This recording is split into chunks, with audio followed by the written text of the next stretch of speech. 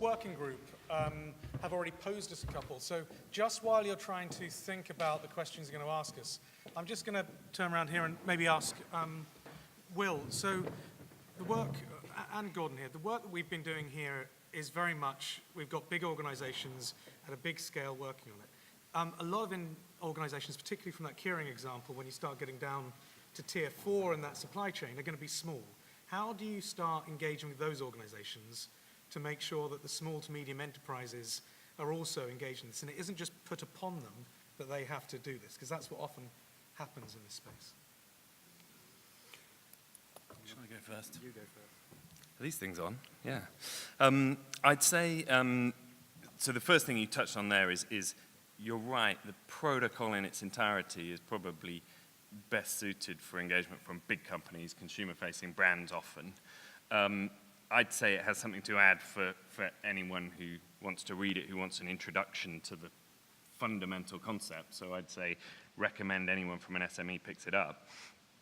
But the big thing is those SMEs sit in the supply chains of big companies, and that's a key driver, certainly, for a lot of change. And I think we need a sort of recognition on the part of those companies that this has to involve a kind of give and take with those suppliers, that it can't be a kind of pushing them on as hard on price and quality and natural capital. There needs to be some upside for the supply chain as well. I think I know there's some work coming up from the coalition as well, right? Supported by the Dutch government to provide some more guidance for SMEs. And I think my simple guidance when we talk to SMEs is it's the same logical process. It just requires even more laser focus if you're an SME on the priority issues. And so really being focused on where your big impacts are and where your critical dependencies are. It doesn't go away, it's just that much sharper as an SME.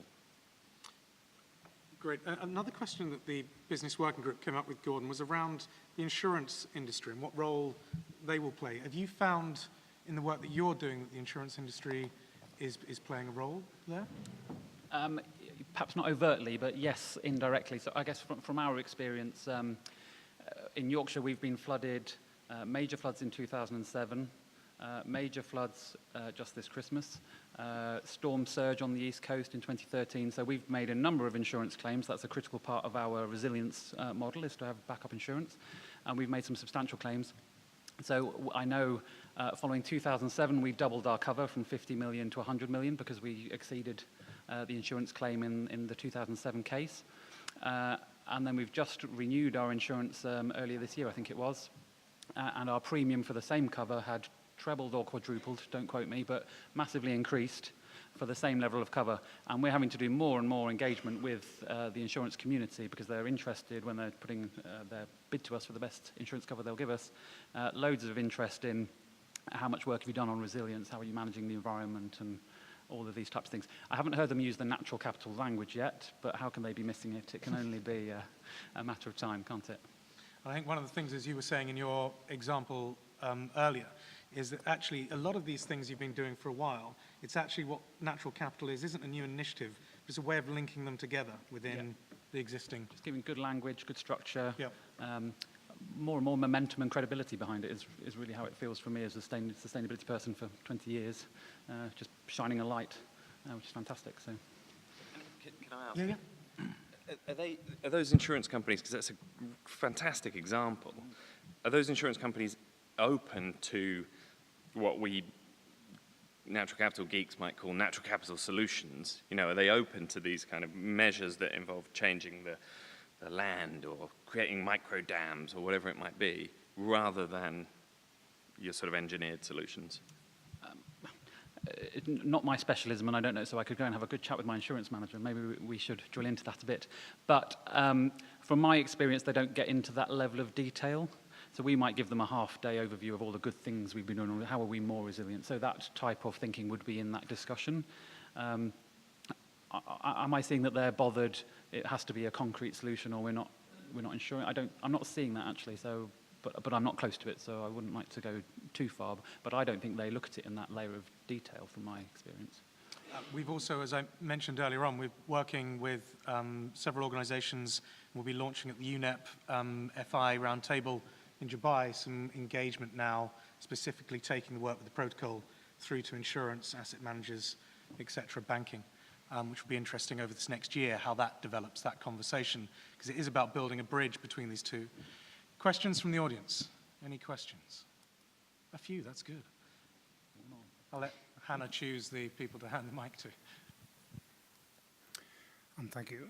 Mark McCurry with Borden Mona. I'm an ecologist. Just a question for Will. I was interested in one of your examples that you showed, the example of the power line up in Scotland, built by the utility company, and how the utility company chose the option that reduced the impact on the landscape. So I was just interested, first of all, how do you value the landscape, first of all? And second of all, was the utility company happy to do that, or in that, did they gain the benefit of doing that for the landscape? We're going to take the three questions and then we'll round them up. So there's another question there. If you can pass your mic forward, the one that you've got there, there's a lady just in front. Hello, Dara Carroll from Urban Green Infrastructure and Dublin Institute of Technology. I have particular interest in nature-based solutions in urban settings. Local authorities, which are operating on more of a corporate model now, the business decisions that they take have great bearing on natural capital and the environment. Were there any involved in the protocol itself?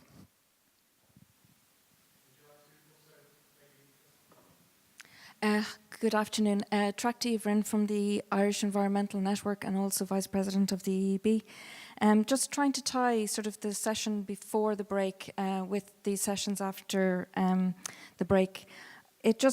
I find it a little disconcerting, I will be honest. And I should say, I'm not a card-carrying, yogurt-eating environmentalist. I have a background as an economist, and I specialised in business value management as a management consultant for many years. So I can relate a lot to the language and models.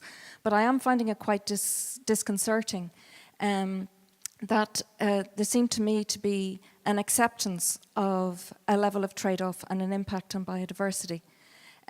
But there doesn't seem to be any correlation or equivalent recognition that there needs to be a constraints analysis in terms of what actually is an acceptable level of consumption for us as a human species on the planet. And particularly in this wealthy part of the planet. There doesn't seem to be that dimension in the model and the discussions that we've been having. And I'm very just concerned about that in the context of presentations by sort of Professor Kevin Anderson, which will highlight the fact that we have about a 33% chance of staying below 2 degrees. And at 2 degrees, people will die, people will suffer. I'm not getting on the bus going home, and I don't think any of us will, if we had a 67% chance of getting home safely. And we're all on this bus together. So just going back to your example, Gordon, you said we're a long way from sustainability in your peatlands project. What's it going to take to make business make the shift? Because right now we're talking about impacts on biodiversity, acceptable impacts. When are we going to be talking about acceptable impacts on our behaviour and our consumption standards? Because that's the real issue. And when is business going to change? Thank you. We'll try and pick those up. So, Will, there was a question specifically about some of the work that you've been doing.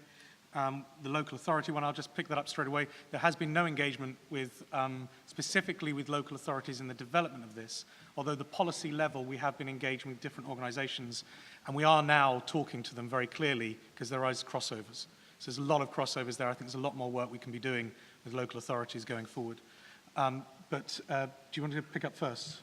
Yeah, I'll try and address what could be answered with a sort of PhD in environmental economics in a couple of words. So how do you value impacts on the landscape? If you're talking about amenity value or the value to tourists and recreational users, you just ask them. Basically, it's dressed up in a lot of funky economics language. There's a lot of statistics involved. We had some huge sample sizes in this piece of work, but essentially, you ask people, how do you value impacts on these kind of pylons impacting this kind of landscape versus these kind of pylons impacting this kind of landscape, and you derive from that which impacts they prefer. And obviously this is in a context where you have to have some impacts, or you can spend X billion pounds undergrounding the whole line, which would still have impacts in the construction and all of that. Was the utility company happy? I mean, they were mandated to build the line. It was just a government requirement.